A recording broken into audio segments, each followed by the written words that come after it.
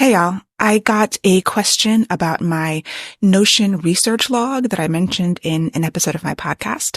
And I decided to do a very quick video showing you how I do it and a tutorial on how to create your own. So here we go. This is the research log for my new novel, Daughter of the Merciful Deep, which was codenamed Black Atlantis for a long time before I had an actual title. So the basic parts of it in Notion is just a table.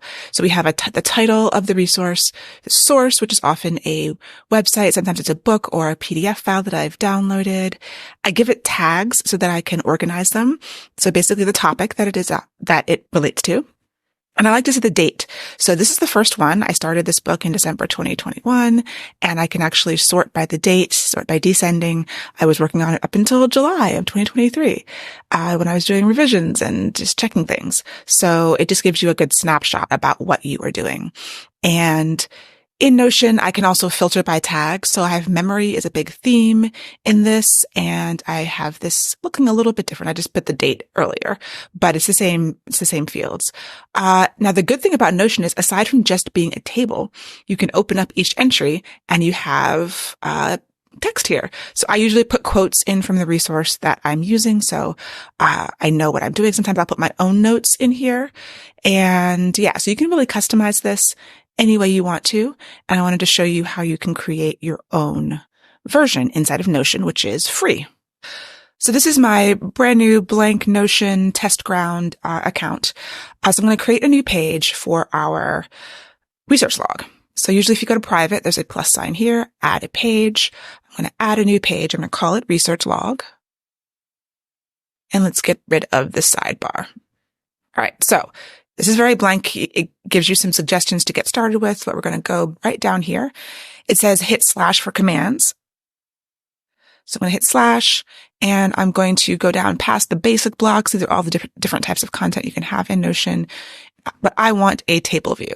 That is usually where I start with my new databases. So essentially we're creating a new database. We can click out of here because this is a brand new thing. So, all right, it gives us a name and tags by default. So if we kind of think about what we want in our research log, so usually I'll change name to title because I'm tracking articles, books, websites that I've gone to and read. I do want tags because I do like to categorize things. And then also we're going to need the source. Click the plus sign to create a new column, and you get to decide what you want it to be. So since I'm pulling from different things, I usually have source be a text file. I mean, a text, entry, a text input. However, if you want to use the Notion web clipper, which is very helpful, then your source would be a URL.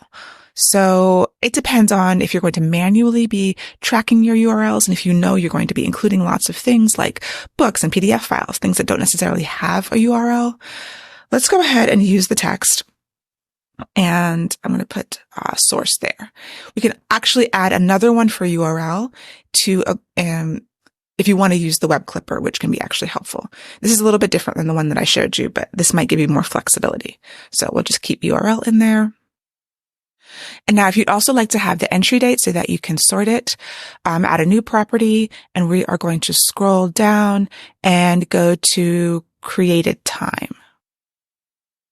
And then change that title to entry date.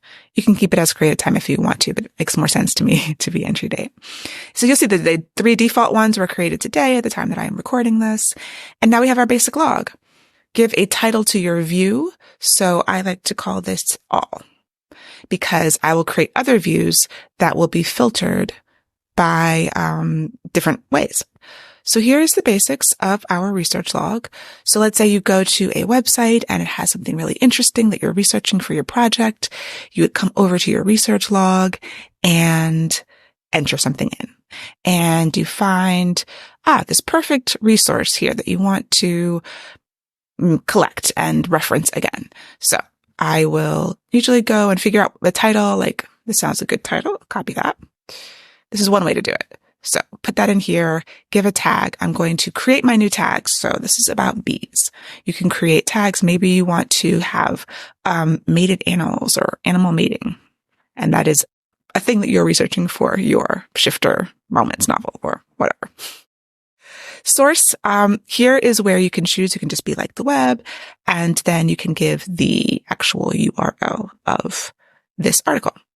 Now, an easier way to do this is with the Notion Web Clipper, which is a slightly separate topic. But yeah, let me know if you'd like to see a video about that, because that will allow you to, from your website,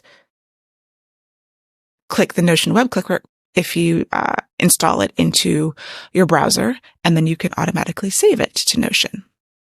It will save the entire article though. So it makes a copy of everything in here, which is one thing that I don't like. I like to be able to pick and choose the quotes and, make some notes in it. So let's say I want to copy this text. I will copy here. I will open up my document, make it full screen, and then I can use the quotes. Just regular text in quotes. Notion also has a quote feature. So, you can actually delineate visually that this is a quote. So, for plagiarism purposes, that if you use this exact language, we know that it came from somewhere. I like to keep record of that. And then I can make some notes about this resource. If I go back up here, I can go back to my research log. And now if I want to, say, create a view that is only about animal mating, I can go up here to where the table view is, table view of all. I can click a new view. I'm going to make it a table, but I'm going to filter this table and make it only animal mating. I'm going to filter it by the tags. I'm only going to choose the animal mating tag. So you can create as many different views. There are other views, so that we've been dealing in the table view, which is usually what I do for these research logs. But as you can see, there is a board view, like a Kanban board, timeline. So if you wanted to view it by the date you entered information, calendar, list, and gallery are also options. But I generally do not use those when I'm in a research log. So I can right click on this and delete it. And actually, I shouldn't have put all here. This was a mistake. This is actually the database table, the database title, which I don't use. So I'm just going to actually click these three dots here and hide it, because I do not need that. This is just, everything's my research log, and I generally do different, and I can hide this one as well. If the title is useful for you in your own experience, you can, show it and give it a title that makes sense. So this is my research log. This is how I generally do things, and I find it's very helpful.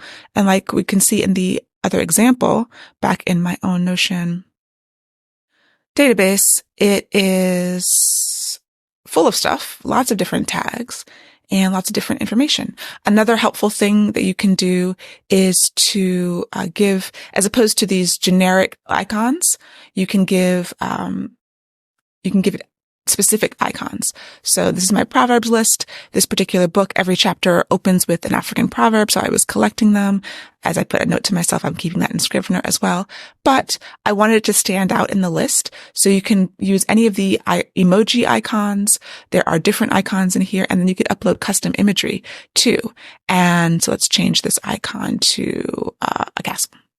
So now in our research list, we see, oh, this one stands out because it's a castle.